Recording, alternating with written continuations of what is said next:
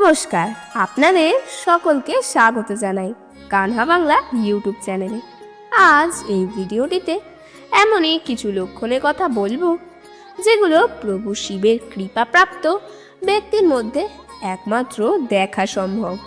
যদি এই লক্ষণগুলো আপনি নিজের মধ্যে দেখেন তো বুঝে নেবেন যে আপনি সত্যি খুব সৌভাগ্যবান, কারণ প্রভু শিবের অসীম কৃপা আপনার উপরে আছে এবং প্রভু শিব আপনাকে খুব ভালোবাসেন। বন্ধুরা, এই লক্ষণগুলোর মাহাত্ম্য বিদুরের নীতিকথা, শিব পুরাণ ও অন্যান্য ধর্মশাস্ত্র থেকে নেওয়া হয়েছে। প্রথমে বিদুরের নীতিকথায় বলা লক্ষণগুলো বলবো, তারপর শিব পুরাণ ও অন্যান্য ধর্মশাস্ত্রে বলা লক্ষণগুলো বলবো। তাহলে চলুন এই বিশেষ লক্ষণগুলো কি কি জেনে নেওয়া যাক। প্রথম লক্ষ্যটি হলো, মহাদেবের কৃপাপ্রাপ্ত ব্যক্তি ঈশ্বরের ইচ্ছায় তার জীবনে হওয়া সব জিনিসে খুব সন্তুষ্ট থাকে, সেটা তার সাথে ভালো হোক বা খারাপ হোক, কারণ সে মন প্রাণ দিয়ে এটা মানে যে তার সাথে যাই হচ্ছে সেটা প্রভুর কৃপাতেই হচ্ছে। সে কখনো ঈশ্বরের কর্মে দোষ ত্রুটি দেখে না।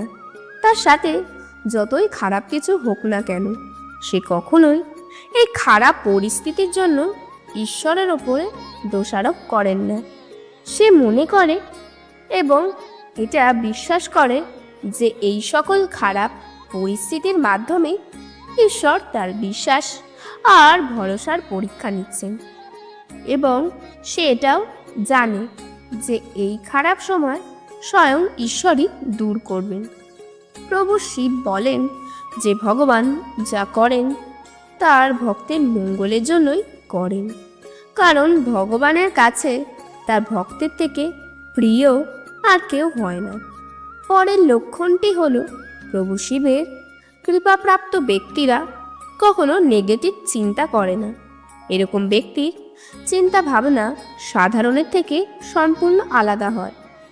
এদের সাথে যতই খারাপ কিছু হোক না কেন, কখনোই নেগেটিভ চিন্তাভাবনাকে মনে আসতে দেয় না। প্রভুর কৃপা এদের মধ্যে এমন একটা সকারাত্মক শক্তির সঞ্চার হয় যে এদের মধ্যে কোনো পরিস্থিতিতেই নেগেটিভ চিন্তা আসে না।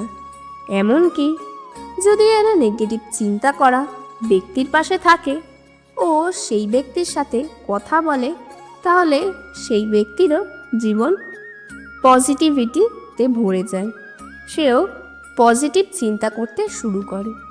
এই লক্ষণটা খুব রেয়ার। আপনাদের কারোর মধ্যে এই লক্ষণটি থাকলে অবশ্যই কমেন্ট করে জানান। পরের লক্ষণটি হলো, প্রভু শিবের কৃপাপ্রাপ্ত ব্যক্তি নিজের সকল কাজে সাক্ষী স্বয়ং ঈশ্বরকে রাখেন, অর্থাৎ সে মনে মনে এটা সবসময় মানে যে আমি যেই কাজই করছি সেটা ঈশ্বর দেখতে পাচ্ছেন এবং তিনি আমাকে সঠিক রাস্তা দেখিয়ে জীবনে এগিয়ে নিয়ে যাবে। যতই বাধা আসুক, প্রভুই আমার সেই বাধা বিপত্তি কাটিয়ে দেবেন।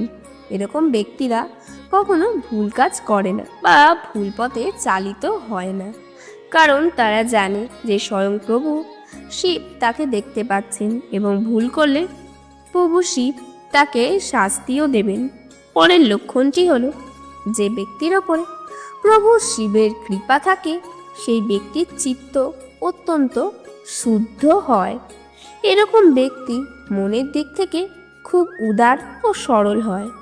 এরকম ব্যক্তিরা যখনই প্রভু শিবের বা অন্যান্য দেবদেবীর সম্পর্কে বিভিন্ন কাহিনী শোনে বা দেখে, বা যখনই কোনো ঈশ্বরের কথা শোনে বা প্রার্থনা করে, তখন এদের চোখ থেকে নিজে থেকে জল বেরিয়ে আসে। এরা নিজের চোখের জলকে আটকে রাখতে পারে না। এরা প্রভু শিবের প্রতি একটা আলাদা টান অনুভব করে। এরকম ব্যক্তির কাছে সবচেয়ে আপন হয়ে ওঠে তার ইষ্টদেব। এরকম ব্যক্তিরা প্রভুর খুব প্রিয় এবং আপন হয়। পরবর্তী লক্ষণটি হলো, প্রভু শিবের কৃপাপ্রাপ্ত ব্যক্তিরা কখনো নিজের স্বার্থের কথা চিন্তা করে না। এরকম ব্যক্তিরা অন্যের সাহায্যের জন্য ঝাঁপিয়ে পড়ে এবং একবারও নিজের কথা ভাবে না। এরা মনে মনে এটা মানে যে সর্বজীবের মধ্যেই প্রভু শিব বিরাজমান। জীবের সেবা মানে শিবের সেবা, এবং তাই এরা মানুষ, পশু পাখি যারই সাহায্যে প্রয়োজন পড়ুক না কেন, এরা একবারও নিজের কথা না ভেবে সবার সাহায্যে নিজেকে বিলিয়ে দেয়। নিজে খালি পেটে থেকে অন্যের মুখে খাবার তুলে দেয়, এবং এই বিশেষ গুণটা স্বয়ং প্রভু শিবের থেকেই প্রাপ্ত। কারণ প্রভু শিব কখনো নিজের কথা ভাবতেন না।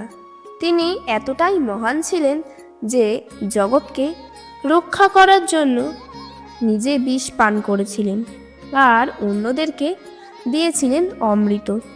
এর জন্যই তিনি মহাদেব। পরের লক্ষণটি হল প্রভু শিবের কৃপাপ্রাপ্ত ব্যক্তিরা কখনো নিজের গুরুকে অপমান করে না। এরা জানে যে গুরুই হলো সব। গুরুর দেখানো পথই হলো মুক্তির পথ, শান্তি লাভের পথ। তাই গুরু কঠোর হলেও কখনো গুরুকে অপমান বা গুরুর সম্পর্কে মনে খারাপ চিন্তা আনে না। প্রভু শিব নিজেই গুরু গীতায় বলেন যে গুরুই ব্রহ্মা, গুরুই বিষ্ণু, গুরুই মহেশ্বর শিব, এবং গুরুই হলো সাক্ষাৎ পরম ব্রহ্ম। এবং এই গুরুরূপ ধারণ করে প্রভু শিবই আসেন জগতে উদ্ধারের জন্য। তাই গুরুর অপমান মানে প্রভু শিবের অপমান। পরবর্তী লক্ষণটি হলো প্রভু শিবের কৃপাপ্রাপ্ত ব্যক্তিরা খুব স্পষ্টবাদী হয়। এরকম ব্যক্তিরা কখনো কারোর পিছনে গিয়ে সমালোচনা বা নিন্দা করে না। যদি কারোর মধ্যে কোনো ভুল বা দোষ ত্রুটি দেখে থাকে তাহলে সেটা তার মুখের সামনেই বলে দেয়, যাতে সেই ব্যক্তি তার ভুল ত্রুটিগুলো সংশোধন করতে পারে। এরকম ব্যক্তিরা অন্যায়ের প্রতিবাদ করতে বা সত্যি কথা বলতে একদমই ভয় পায় না। হয়তো অনেকে তার এই স্পষ্টবাদিতার জন্য পছন্দ করে না, কিন্তু তাও সে নিজের এই বিশেষ গুণটিকে পরিবর্তন করে না, কারণ এটি প্রভু শিবের থেকে পাওয়া একটি বিশেষ গুণ। আর প্রভু শিব এরকম সৎ এবং স্পষ্টবাদী মানুষকে খুবই পছন্দ করেন। শেষ লক্ষণটি হল প্রভু শিবের কৃপাপ্রাপ্ত ব্যক্তিরা ধ্যান করতে খুব পছন্দ করেন। এরকম ব্যক্তিরা দিনে যতই ব্যস্ত থাকুক না কেন কিছু সময় বার করে অবশ্যই ধ্যান করে। এরা ধ্যান করেই ভিতর থেকে শান্তি অনুভব করে। ধ্যানের মাধ্যমে সে তার ইষ্টদেবকে স্মরণ করে এবং ইষ্টদেবের কৃপায় সে জীবনে সুখ শান্তি লাভ করে। বন্ধুরা, এই লক্ষণগুলোর মধ্যে কোনো লক্ষণ আপনাদের আছে সেটা অবশ্যই কমেন্টে করে জানান। কিছু অনুপ্রেরণামূলক উক্তি। সেই সম্পর্কের মধ্যে ডুবে গিয়ে তুমি নিজেকে হারিয়ে ফেলো না। সেই সম্পর্ক আজ নয়তো কাল তোমাকে অনেক কষ্ট দেবে। তুমি কখনো সময়ের বলা কথায় প্রভাবিত হয়ে যেও না, কারণ সময় কখনো আমাকে বলতো যে আমি তোমার। যদি তুমি দুনিয়া বদলাতেও চাও তাহলে ঘর থেকে বের হতে হবে।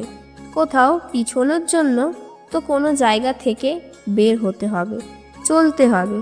এই মন থেকে সমস্ত লোকজন চলে গেছে, এখন একা থাকাই ভালো লাগে। কে আপন আর কে পর আমি তো শুধুমাত্র এটাই জানি, যে মনের ভাবনাগুলোকে বুঝতে পারে সেই হলো আপনজন, আর যে ভাবনাগুলো বুঝতে পারে না সেই হলো পর। যে দূরে থেকেও আমাদের পাশে থাকে সে আমাদের আপনজন, আর যে পাশে থেকেও দূরে হয় সেই আমাদের পর। খারাপ সময়টা থাকবে না, হয়তো দ্রুত কেটে যাবে। এরই মাঝে প্রিয় কিছু মানুষ চেনা হবে। সুন্দর একটা সময়ের জন্য অপেক্ষা করুন।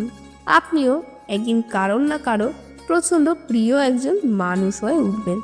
যাদের প্রতি কোনো আশা থাকে না বেশিরভাগ সময় সব লোকজনই খারাপ সময় সাথে থাকে। সন্দেহের কোনো চিকিৎসা নেই, চরিত্রে কোনো প্রমাণ নেই, মৌনতার থেকে ভালো কোনো সাধনা নেই, আর শব্দের থেকে ভালো কোনো বান নেই। যদি ফাঁকা সময় মনে করো তাহলে ছেড়ে দাও। আমি একা হতে পারি কিন্তু ফালতু নই। ভালোবাসার অভিনয় করে একটা মানুষকে ঠকাচ্ছেন যে কিনা আপনাকে প্রিয় মানুষ বানিয়ে রেখেছে। মনে রাখবেন, প্রকৃতির হিসেব বড্ড কঠিন, শুধু আসলে ফিরিয়ে দেবে। প্রত্যেকটা ব্যক্তি নিজের জায়গায় সঠিক হয়, আর বাস্তবিক সংঘর্ষ সঠিক আর ভুলের মাঝে নেই, সঠিক আর সঠিকের মধ্যে হয়। মেয়েদের ভালোবাসা তখন বোঝা যায় যখন তার কাছে সব কিছু থাকে। জীবন তো সবার কাছেই আছে, কিন্তু এইখানে প্রত্যেকেই বেঁচে নেই। জীবনটা বন্ধুদের নিয়ে পরিমাপ করা হয়, আর উন্নতি শত্রুদের নিয়ে।